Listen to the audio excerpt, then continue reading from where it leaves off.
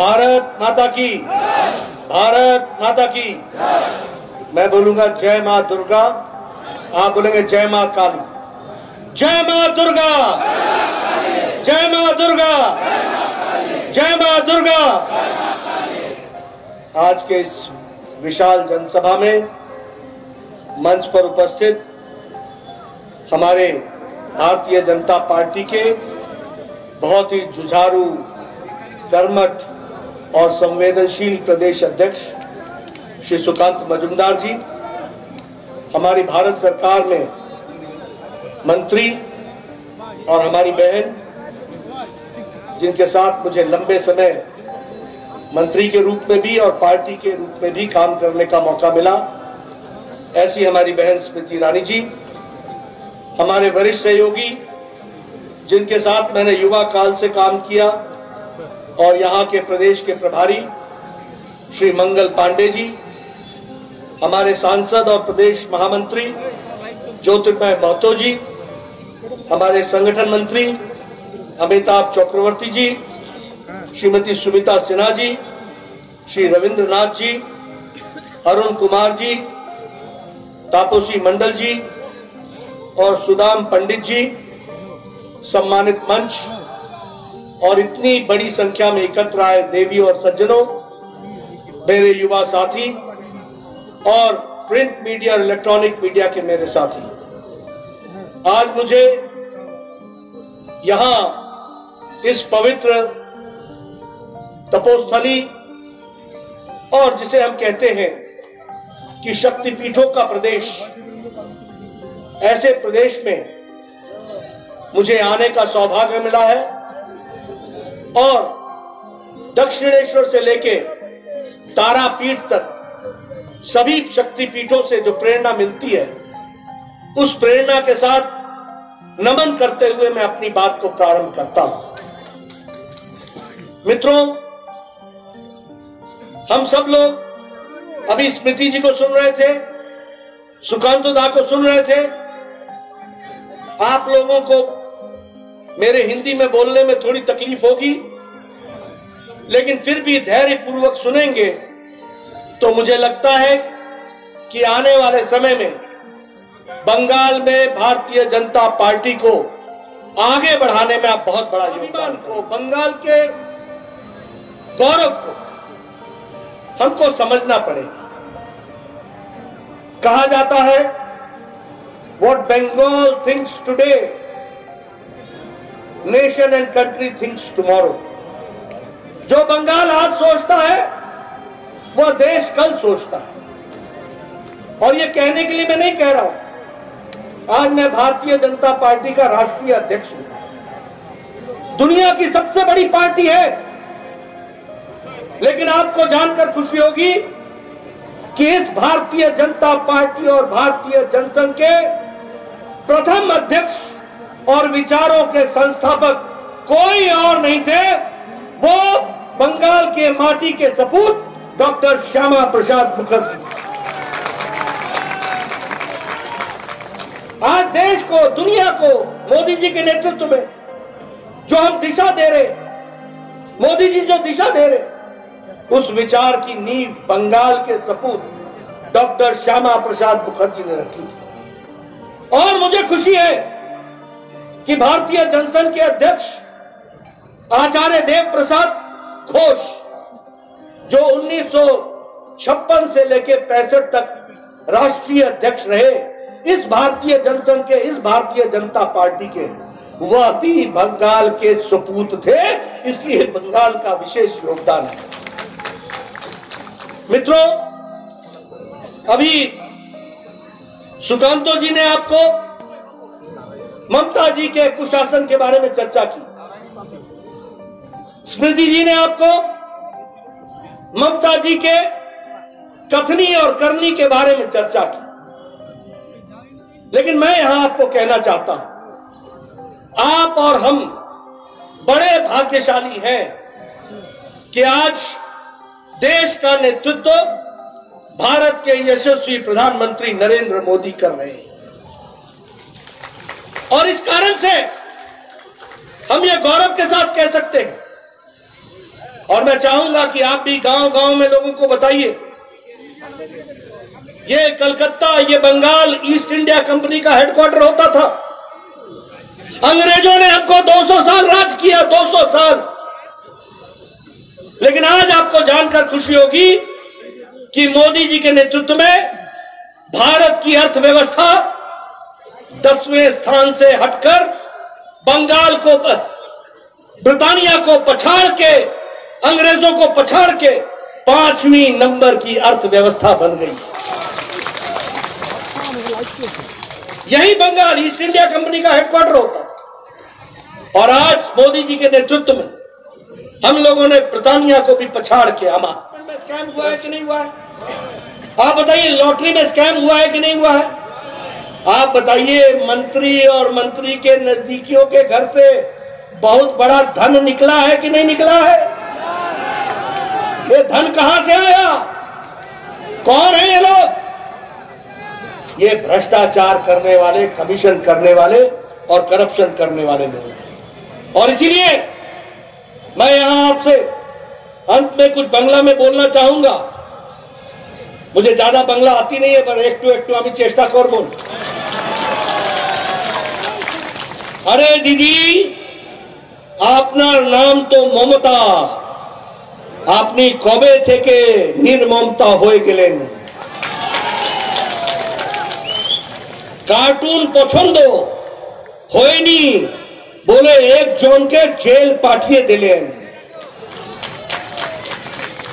শেষ হবে, শেষ হবে, হিংসার খেলা শেষ হবে, শেষ হবে, শেষ হবে, कट कमीशन खेला शेष होबे, शेष होबे, शेष होबे, तोलाबाजीर खेला शेष होबे, शेष होबे, शेष होबे, सिंडिकेटर खेला शेष होबे, शेष होबे, शेष होबे, टीएमसीर खेला शेष होबे। दीदी, खेला शेष होबे। मा माटी मानुष एर मिथे सरकार और नहीं दरकार। चाकरी बिक्री कोटि कोटि लूट करेছে हवाई चोटी। गेरुआ झोर आसेছে टेरे, भाग तृणमूल बांग्ला छेड़े। मित्रों, दीदी ने कहा था कि मैं फैक्ट्री लगाऊंगी 6 महीने में। कहा था कि नहीं कहा था? मैं कहूंगा, दीदी বলায় ক্ষমতায় এসে 6 মাসে শিল্প করবেন, কিন্তু কি হলো দিদি? কোথায় আপনার প্রমিস? দূরবীন দিয়েও বাংলায় শিল্প খুঁজে পাওয়া যায় না। কদিন আগে ই প্রমিস দিয়েছিল, কিন্তু দিদি বাংলার মানুষকে দেওয়া প্রমিস রাখতে পারি না। यहाँ 74 लाख इज्जत घर बने, यानी बहनें 74 लाख अपने दैनिक जीवन के लिए खुले में शौच जाती थी। क्या क्या बंगाल था? लेकिन मोदी जी ने उनको इज्जत देने का काम किया। और इसीलिए हम कह सकते हैं, गांव, गरीब, वंचित, पीड़ित, शोषित, दलित, किसान, युवा, इन सबको, हमारे आदिवासी भाई, हमारे ट्राइबल भाई, हमारे दलित भाई, इनको ताकत देने का काम किया है तो मोदी जी ने किया। लेकिन अगर मैं ममता जी की बात करूं तो ममता जी टीएमसी, टीएमसी मतलब टी फॉर टोलाबाजी, T for terror, M for mafia, M for money laundering और C for corruption and commission. यह है टीएमसी। टोलाबाजी, माफिया, मनी लॉन्ड्रिंग और कमीशन और करप्शन। और मुझे ये बताते हुए दुख भी होता है, ममता जी बंगाल की, जिसे कहते हैं जहां दुर्गा विराज करती है, जहां दुर्गा वास करती है, जहां मां काली वास करती है, वहां एक महिला मुख्यमंत्री, जिनका ये काम होना चाहिए था कि महिला को संरक्षण मिले। लेकिन मैं यहां पत्रकार बंधुओं के सामने बोलना चाहता हूं कि वेस्ट बंगाल में महिलाओं पर अत्याचार देश में 4थे नंबर पर यहां अत्याचार होता है। अगर मैं कहूं वेस्ट बंगाल एसिड के अटैक में नंबर 1 पर खड़ा है। यह है बंगाल की तस्वीर। अगर मैं बात करूं कि किडनैपिंग में और महिलाओं के किडनैपिंग में और ह्यूमन ट्रैफिकिंग में बंगाल तीसरे नंबर पर खड़ा है। और अगर मैं डाउरी डेथ पर कहूं तो देश के 5 राज्यों में बंगाल आता है। बोलो, ऐसी तस्वीर चाहिए क्या? ऐसी तस्वीर बंगाल की रहनी चाहिए क्या? महिलाओं का सम्मान होना चाहिए कि नहीं होना चाहिए? मां दुर्गा की शक्तिपीठ की धरती पर महिलाओं का सम्मान होना चाहिए कि नहीं होना चाहिए? अगर होना चाहिए तो ममता जी को प्रजातांत्रिक तरीके से हमें हटाना होगा और भारतीय जनता पार्टी को लाना होगा। मैं यहां यह भी आपको कहना चाहता हूं कि अगर मैं बात करूं एसएससी स्कैम की, बोलिए स्कैम जो है कि नहीं होगी, कि आज 100 देशों को वैक्सीन भारत ने दिया और ज्यादा खुशी यह होगी कि 48 देशों को भारत ने वैक्सीन मुफ्त दिया। यानी अब भारत लेने वाला भारत नहीं है, भारत देने वाला। ये यूक्रेन का युद्ध हुआ। आप बताइए, यूक्रेन के युद्ध में किसी राष्ट्रपति या प्रधानमंत्री ने अपने बच्चों को लाने की व्यवस्था की? किसी ने की? अमेरिका ने की क्या? जर्मनी ने की क्या? ऑस्ट्रेलिया ने की क्या? न्यूजीलैंड ने की क्या? पाकिस्तान ने की क्या? बांग्लादेश ने की क्या? लेकिन मोदी जी ने एक तरफ एक समय में पुतिन से बात की, एक तरफ में ज़ेलेंस्की से बातचीत की, युद्ध को रुकवाया और 22,500 बच्चों को सुरक्षित भारत पहुंचाया। और वह भी उसमें बंगाल के लगभग 300 बच्चे थे। यह भी हमको ध्यान में रखना होगा मित्रों। इसलिए आज मोदी जी के नेतृत्व में देश आगे बढ़ चला है। लेकिन मुझे दुख है कि आज जब मैं ममता जी की बात करता हूं तो मोदी जी बंगाल को आगे बढ़ा रहे हैं और ममता जी बंगाल को पीछे धकेल रही है, पीछे धकेल रही है। और मोदी जी ने कोई भेदभाव नहीं किया। आपको जानकर खुशी होगी, इस बार के बजट में कलकत्ता के मेट्रो के रेल के लिए 1000 करोड़ रुपए दिया है मोदी जी ने इस बार के बजट में। चितरंजन कैंसर इंस्टीट्यूट को 15 करोड़ दिया है। सत्यजीत फिल्म इंडस्ट्री को और टेक्नोलॉजिकल इंस्टीट्यूट को 63 करोड़ दिया है और इंडियन स्टैटिस्टिकल इंस्टीट्यूट को 23 करोड़ दिया है। आपको जानकर खुशी होगी कि 30 दिसंबर को प्रधानमंत्री मोदी जी ने वेस्ट बंगाल को बहुत बड़ी सौगात दी थी। लेकिन आपको यह भी याद होगा कि 30 दिसंबर को उनकी पूज्य माता जी शांत हो गई थी। आदरणीय प्रधानमंत्री जी ने अपनी पारिवारिक जिम्मेवारी को निभाया, माता के अंतिम दर्शन किए, माता का अंतिम संस्कार किया। लेकिन वह संस्कार करने के बाद भारत के यशस्वी प्रधानमंत्री मां भारती की सेवा में 1 घंटे बाद फिर से लग गए। ये भी हमको भारत दवाई बनाने में दुनिया की फार्मेसी बन गया है और दुनिया को सबसे सस्ती और असरदार दवाई भारत दुनिया को दे रहा है। यह भी हमको समझना चाहिए। आज आप सब लोग बचपन में सुनते होंगे कि जापान कार बनाता था, गाड़ियां बनाता था और जापान कहते थे टोयोटा बनाता है, डैटसन बनाता है, जापान का मुकाबला कोई नहीं। लेकिन आपको मैं बताना चाहता हूं कि मोदी जी के नेतृत्व में ऑटोमोबाइल में, गाड़ियां बनाने में भारत जापान को पछाड़कर तीसरे नंबर की ऑटोमोबाइल इंडस्ट्री बन गया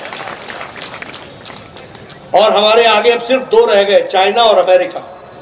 और समय आते आते हम आगे बढ़ेंगे, ये हमको ध्यान रखना चाहिए। मैं आपके साथ बताना चाहता हूं, आपके पास मोबाइल है। 2014 में यह मोबाइल 92% विदेश में बनता था और चीन में बनता था। और आपको मालूम है कि चीन का मोबाइल कैसे हाथ में फट जाता था। याद है आपको? याद है कि नहीं है? आज भारत 97% मोबाइल भारत बना रहा है मोदी जी के नेतृत्व में, वो भी हमको ध्यान रखना। ये जो एप्पल है, ये एप्पल को ध्यान से देखना, जो नया एप्पल आया है उसमें लिखा है मेड इन इंडिया। ये बदलता भारत है। लेकिन मैं ममता दीदी को दृष्टि कैसे दे दूं, मैं उनको दिशा कैसे दे दूं, इन कांग्रेसी भाइयों को अच्छी बात कैसे समझा दूं, जिन्होंने नहीं समझने का तय कर रखा है, जो छोटी राजनीति के कारण विकास के काम को रोकने का प्रयास करते हैं। मैं यहां आपसे चर्चा करना चाहता हूं। आप सब लोग कोरोना के बाद बड़े नजदीक बैठे हैं और किसी ने भी मास्क नहीं लगाया है, किसी ने भी मास्क नहीं लगाया है। और आपको मालूम है ना कि अमेरिका का राष्ट्रपति जो बाइडेन अभी भी मास्क लगा के घूमते हैं और आप बिना मास्क के नजदीक बैठे हैं। यह संभव हुआ है तो इसलिए क्योंकि मोदी जी ने 140 करोड़ की जनता को 220 करोड़ डबल डोज और बूस्टर डोज लगा करके आप सब तैयार। आपको वंदे भारत की ट्रेन बंगाल को दी गई थी और वो बंगाल को ट्रेन हावड़ा से न्यू जलपाईगुड़ी के लिए दी गई थी। 30 दिसंबर को 7,800 करोड़ रुपए का फाउंडेशन स्टोन प्रधानमंत्री जी ने विभिन्न प्रोजेक्टों के बारे में रखा था।